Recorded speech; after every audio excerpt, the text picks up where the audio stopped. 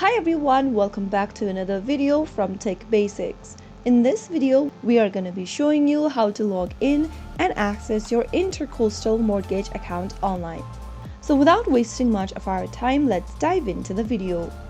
The first thing to do is to open a preferred web browser. Go to the URL box at the top and type in icmortgage.icmtg.com and search.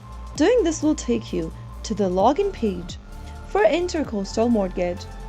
Here, you can simply enter your email address and your account's password to access to your Intercoastal Mortgage account. If you are a first-time user and if you've not registered yet for IC Mortgage, click on the register button and follow through the prompts. After entering your email and password associated with your account, you can click on Sign In to get access to Intercoastal Mortgage account and manage your account anytime you want. Once you are logged in, you can easily manage your mortgage account, pay your bills, check your transactions, and much more. So that is it for today's video. If you found the video to be helpful, go ahead and give us a thumbs up. Don't forget to subscribe to our channel by hitting the subscribe button. Press on the notification bell so that you'll never miss another upcoming upload from us.